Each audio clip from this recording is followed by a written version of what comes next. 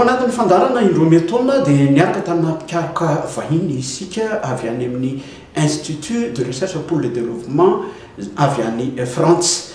Ny tena atondian'izy ireo eto dia hanao fikarohana mikasika ny karazany zava-maniry na ny fianakaviany zava-maniry antsoina hoe esquinomine. Io esquinomine io araka ny fahafantarantsika azy tao anatin'ny fandaharana manana an'ilay toetra anana ny ilay fianakaviam-be antsoina hoe fabase. Any anatin'ny fakany dia ahitana an'ilay boribory kely mitahiry bakteria ary io bakteria io dia afaka misintona ny azota manome tsirony tany hoaina ho an'ny zava-maniry. Ho fitenitsika ny fandarana indroa taona mba hazava amintsika bebe kokoa le izy ary orian'izay ny tena hahafantarantsika ny hoe atao inona ny fikarohana ny tahaka izao ary rehefa vita dia manahoana inona ny fiantraikany eo amin'ny lafiny famokarana. Miarahaba antsika mpijery ny televiziona malagasy anasananao ny fandaharana. Ny nataony voalohany vao tonga teto dia nijery ny toerana misy ny fianakaviany zava-maniry antsoina hoe esquinomine. Nanao diabe niaraka tamin'ny mpikaroka malagasy izy ireo ny azo ansambaina manjakandrina lemaka misy tanimbary tany an-toerana no nahitana esquinomine maro sy amin'ny karazany samihafa. Naka santionany tamin'ireny izy ireo ary ny tena hojerena dia ilay boribory toy ny kanety kely ao amin'ny fakany ilay antsoina hoe nodule.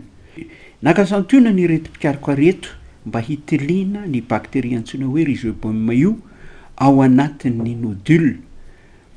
Narahantsika teto ny teknika na laboratoire mba tsy hifangaroa ny bakteria hafa tsy ilaina amin'ny bradyrhizobium izay ivony fikarohana.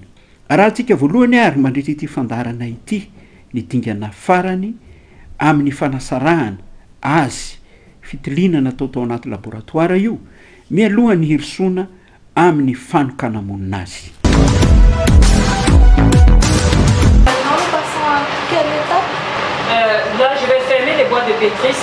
Izao dia anakatona ny boîte de pétri ao zava-dehibe izany satria rehefa ao amin'ny laboratoire isika dia misy olona maromaro miasa ao kanefa tokony ho ataoko anatin'ny incubateur ny boîte ka tsy voafehy avokoa ny ataon'ny olona rehetra. Ny boîte dia tsy tokony hisokatra rehefa amin'ny fotoana ikirakirana azy anaty incubateur fa raha teknika moa dia azonao atao nametraka boîte tsy mihidy ao. Fa eto satria maro ny olona mampiasa azy dia tsy maintsy akatona ny boîte, resaka fiarovana izany. Noho izany idintsika ireo boîte reto ary manantena fa azo bradyrhizobium izay mamikitra azota ary manao symbiose miaraka amin'ny zava-maniry izay nalaina teo amin'ny tontolo iaina. Qui fixe l'azote et qui forme des symbioses avec la plante que nous avons recueillie dans l'environnement. Voilà, je vais placer les boîtes de pétri sur lesquelles j'ai inoculé je peux dire les bradyrhizobium, isolés des nodules. Apetraka ao anaty lafaoro amin'ny maripana 7-30 degré ny boîte de pétri izay nasiako ny bradyrhizobium ary nanokana ny nodule. Ao anatiny dia efa misy boîte maromaro apetrako ao izy ireo ary akatoko ny lafaoro. Toutes ces boîtes ici c'est ity ny asa nataoko tamin'ny herinandro lasa. Ny rafitra fanokana monina izay nasehoko anao teo aloha ihany no nataoko ary hitanao fa efa misy vondrona bakteria ao anaty boîte. Quelques colonies bactériennes sur les boîtes. Ity ny lafaoro. Hitanao amin'ity boîte ity misy vondrona kely sy vondrona lehibe. Ny vondrona lehibe dia loto. Araka ny efa nolazaiko taminareo dia tena tsy maintsy manaja ny fotoanan'ny fifindrana ianareo ka mila mailo foana. Tsy ilaza izahay hoe voazo voadio tanteraka avokoa. Ireto dia mpamindra kely tsy dia maninona satria tsy nanenika ny boîte rehetra satria indraindray tsy tanteraka tsara ny fiarovana sy fanadiovana ka voapoizina tanteraka amin'ny loto ny boîte. Je vais vous montrer et la boîte est complètement colonisée par des contaminants. Je crois que...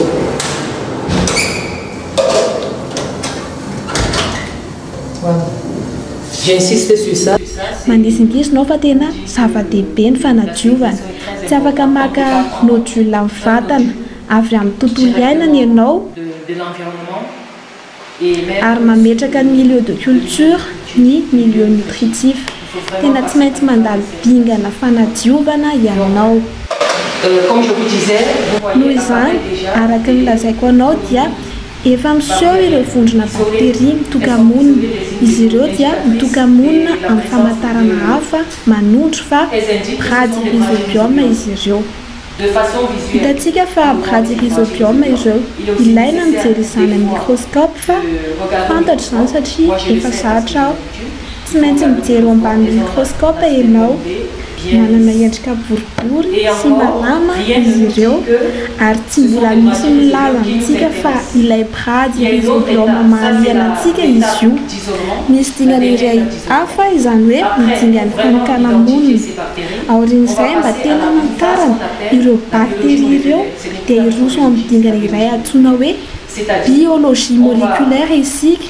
Izany hoe anokana ny ADN amin'ireo bakteria ireo dia anao ilay antsoina hoe PCR, fanamafisana ny fototarage lasibatra, fototarage fantatra na genetika iombonana amin'ny bradyrhizobiome CS, ITS ka hanamafy ireo fototarage ireo isika.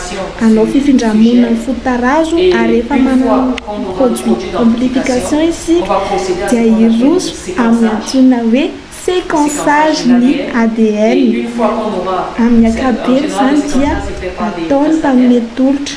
Rehefa manana ny filarana ADN isika dia andeha any amin'ny base de données izay fantatra fa ny vondrom-piarahamonina siantifika rehetra dia manolotra valiny.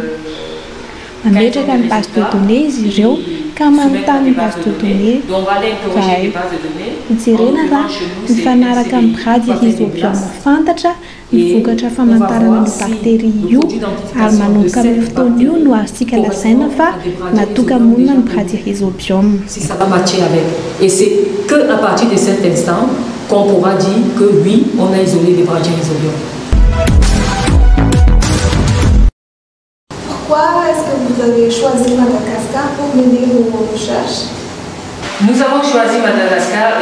Hikarika momba ny légumineuse tropicale izahay. Tena tetikasanay dia ny famaritana karazana légumineuse vaovao, bradyrhizobiome vaovao, nodule, légumineuse izay manana symbiose, mahasoa ny zava-maniry ary nisafidy à Madagascar izahay satria eto Madagascar dia tsy vita ny asa momba ny askinome, ny asa fikarohana ny bakteria askinome. Tsy misy fikarohana karazana askinome vaovao, brady vaovao amin'ny rhizobiome afaka manodina askinome dia tsy mbola vita. Koa izahay no miandraikitra ny fanatanterahana izany asa izany. Nanao izany asa izany izahay tany Meksika, tany Dakar ary satria efa nanomboka ny fiara-miasa tamin'ny Madagascar dia hoy izahay raha ny famaroan'ny zava-maniry eto dia mananteny izahay fa ahita karazana bradyrhizobiome vaovao. Est-ce que vous avez satisfait? Si nous sommes satisfaits de ce que nous avons déjà fait. Eny, afa-po izahay nahita karazan-java-maniry bradyrhizobiome sy askinome isan-karazany. Nahita fahasamihafana lehibe ary fantatray fa manana fahafana lehibe hanavana karazana bradyrhizobiome vaovao eto Madagascar. D'isoler de nouvelles espèces de bradyrhizobiome ici à Madagascar. Donc, quelles sont les utilités de cette recherche que vous menez? L'utilité de cette recherche, il faut savoir que ny mahasoa ity fikarohana ity ireo bradyrhizobiome any firenena hafa no zahana ireo dia fantatra fa manatsara ny fitomboana ohatra amin'ny tanimbary tsy karitra fa rehefa misy karazana askinomine maromaro amin'ny tanimbary mazava ho azy fa misy bradyrhizobium ao anaty tany ka mamokatra betsaka sy mamokatra tsara kokoa ny tany amin'ilay tanimbary. Ankoatr'izay ny tezy nataoko tamin'ny taona 2000 izay nanehoako fa afaka manatsara ny fitomboan'ny vary ireo bradyrhizobium tany Sénégal sy Guinée. Ka eto raha manana karazana bradyrhizobium vaovao isika dia afaka mandresy lahatra ireo tantsaha eny an-tanimbary fa rehefa mahita ny karazany io dia tsy tokony esorina izy ireo. On pourrait convaincre les paysans qui sont dans les rizières que quand ils voient cette espèce, il ne faut pas qu'ils enlèvent. Parce que les paysans... Fa ny tantsaha dia tia ny tanimbary madio, tsy mila ahidratsy izy ireo ka lasa mampifangaro ny askinomine amin'ny ahidratsy. Ireo askinomine ireo izay mitoetra amin'ny bakteria dia manatsara ny fitomboan'ny vary. Azo tombo ny vary raha manakaiky azy ity légumineuse ity. Ka rehefa voangina avokoa ny angon-drakitra rehetra dia azo antoka fa anao fampielezan-kevitra izahay miaraka amin'ny mpamboly ary aneho profo mivaingana azy ireo. Mikasany ianao andrana amin'ny tanimbary miaraka amin'ny tantsaha ary hita ny voka-tsoa izy ireo ka raha vao hita izany dia mety ho izy ireo avy hatrany no amboly ity zavamaniry ity amin'ny tanimbary. Ils vont constater ce qui fait que une fois qu'ils vont, peut-être c'est eux-mêmes qui vont vouloir développer ces plantes dans leur tracette. Voilà. À long terme, on arrivera à convaincre les paysans. Ils verront eux-mêmes la différence. Ireo antony voalaza rehetra ireo no nanako fanantenana fa azosika atao no mandresy lahatra ny tantsaha satria izy ireo ihany dia afaka mahita ny fahasamihafany. Nandritra ny fotoana nidinanay teny fotony andro vitsivitsy lazay dia tsy nampozinay ny fahitanay lemaka izay feno eskenomine nefa tsy nambolena vary. Rehefa nanontaniana izy ireo dia nambarany fa ahidratsy ireo, fakofako ireo. Rehefa etsakilany dia nisy tanimbary maro ka ny iray tamin'ireo dia nahitana eskenomine fototra iray monja teo ampovoany ka tao anatin'io tanimbary nisy eskenomine io dia nirobobo fatratra ny fanirin'ilay vary. C'est une plante qui pousse de façon spontanée. Ny tanjona dia andresy lahatra fa na dia manironiry azy ireo zavamaniry ireo dia ilaina ka tsy tokony esorina fa tokony ara-dalàna mandrakariva amin'ny fambolena vary. Toy ny zezika natoraly mantsy ny ao amin'ny fakan'izy ireo izay mitahiry bakteria misintona ny azoto izay ilain'ny vary. Rehefa izay ny tanteraka dia tsy ilaina intsony mandany vola amin'ny zezika fa vahaolana natoraly ny fisian'izy ireo. Ce serait vraiment impeccable pour vous. Tapitra ny fangaratsika isaorana ireo mpikaroka vahiny avy any amin'ny IRD any Frantsa sy ny mpikaroka malagasy miaraka tamintsika ny karoka sy ny ketrika mahakasika ireo karazany zavamaniry ireo. Amin'ny fotoana manaraka dia lohahevitra hafa indray no iarahantsika midinika eto. Mandra-pioana, tomboko lasy, tomboko vavy.